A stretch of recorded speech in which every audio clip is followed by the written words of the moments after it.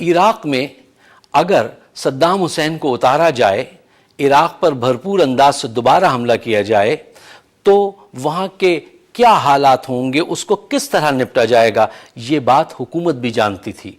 Dick Cheney ने ये बात 1992 में सी स्पेन के एक तकरीब में अपनी तकरीर में बड़े वाज़े तौर पे पेश की थी कि अगर हम सद्दाम हुसैन को पकड़ के ला के यहाँ मियामी में नोरिगा की तरह रख दें तो उसके बाद हुकूमत कौन बनाएगा, वहाँ के शिया हाकिम होंगे या सुन्नी हाकिम होंगे या कुर्द जो है वो हुकूमत बनाएंगे। एक बहुत बड़ा गंभीर मसला पैदा होगा।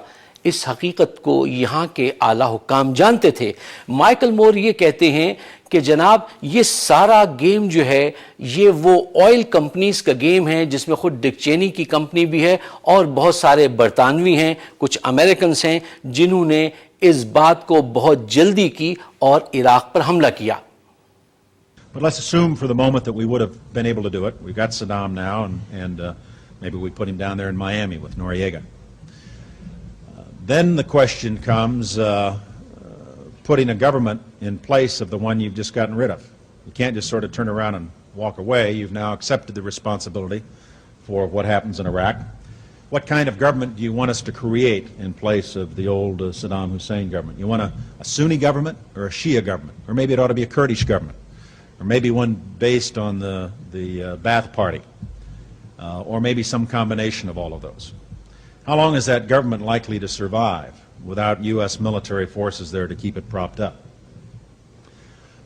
If you get into the business of committing U.S. forces on the ground in Iraq to occupy the place, my guess is I'd probably still have people there today instead of having been able to bring them home.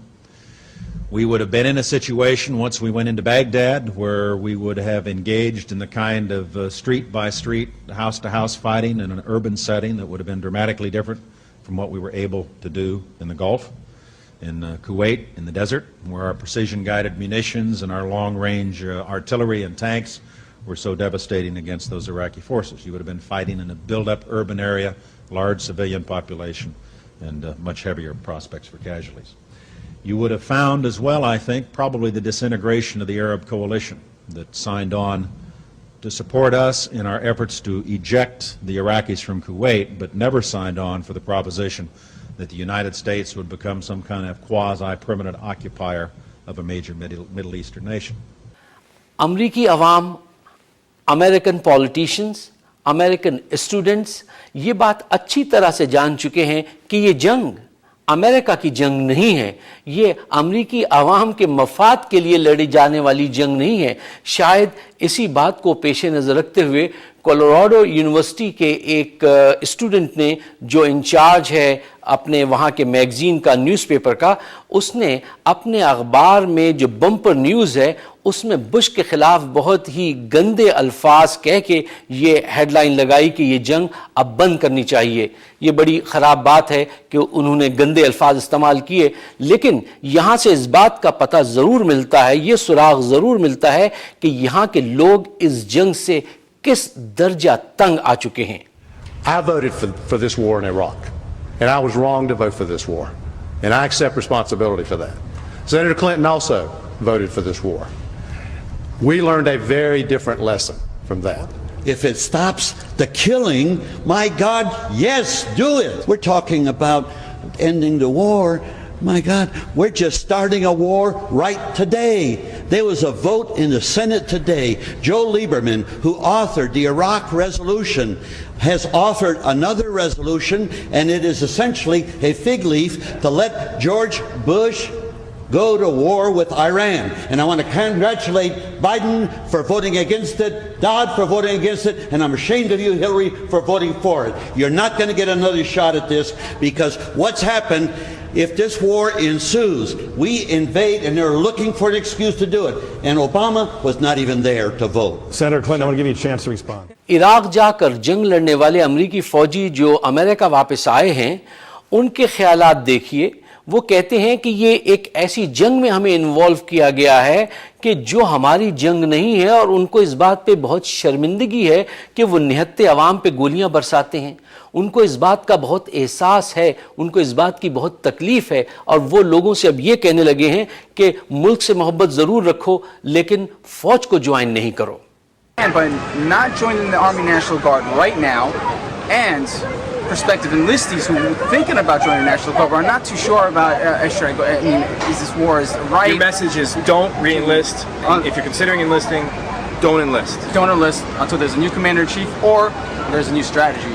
Basically, the reason why I'm in uniform and giving out this message is that as much as the American citizens have a voice, soldiers in uniform have a voice as well, and should use that voice to express their feelings about the war. If the war is not going right, please do say it.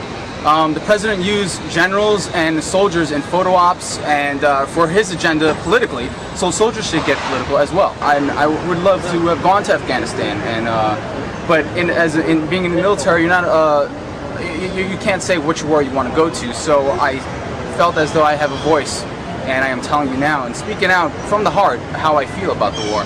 I did support the war after 9/11.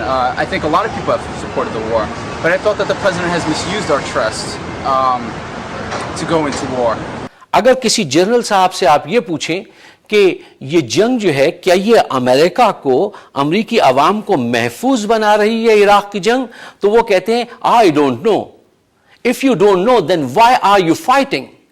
ये किस बात की जंग लड़ी जा रही है जो अमेरिका को महफूज बनाने के बजाय मजीद दहशतगर्द पैदा करने की तरफ ले जा रही है?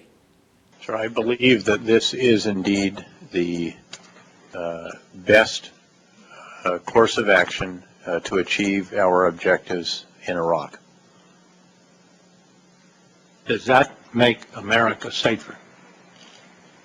Sir, I don't know, actually. I have not sat down and sorted out in my own mind. What I have focused on and been riveted on is how to accomplish the mission of the multinational for Iraq.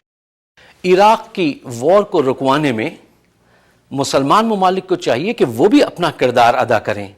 इसको सिर्फ अमरीकी अवाम और अमरीकी हुकूमत की जिम्मेदारी करार नहीं देना चाहिए। अगरचे गलती अमरीकी हुकूमत की तरफ से हुई है, लेकिन कत्लेआम तो मुसलमानों का हो रहा है। लिहाजा मुसलमान ममालिक को चाहिए कि वो जंग नहीं लड़ें, लेकिन अपना असर और रसूख तो इस्तेमाल करें इस जंग को रुकवाने के लिए।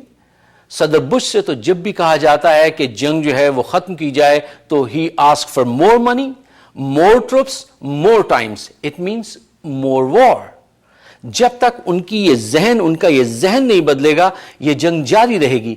आज वो तैयारी कर रहे हैं कि अब ईरान पे हमला आवर हो और आवाम की तवज्जो उस तरफ ले जाएं। लेकिन ये बात आज अमरीकी दानिश्वरों को भी सोचनी चाहिए कि जनाब, हम कब तक दुनिया में कोलिशन बना बना के जंगें लड़ेंगे? How long we will wage the wars on others like giants and then seek peace like pygmies? कब तक हम ये रवैया इख्तियार करेंगे? और इस मुल्क को, जो दुनिया का एक बहुत खूबसूरत मुल्क है, जो दुनिया की एक बहुत दर्दमंद दिल रखने वाली कौम है, उसको कब तक बदनाम करते रहेंगे?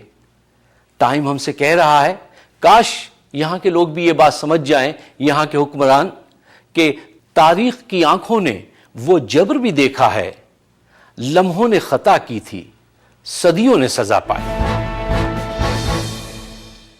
नाजरीन, ये था हमारा इस हफ्ते का प्रोग्राम। उम्मीद है आपको पसंद आया होगा। आप अपनी राय से हमें ज़रूर नवाजिए।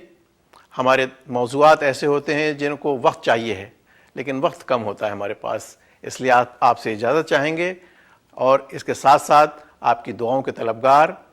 आइंदा हफ्ते तक के लिए शब बखैर।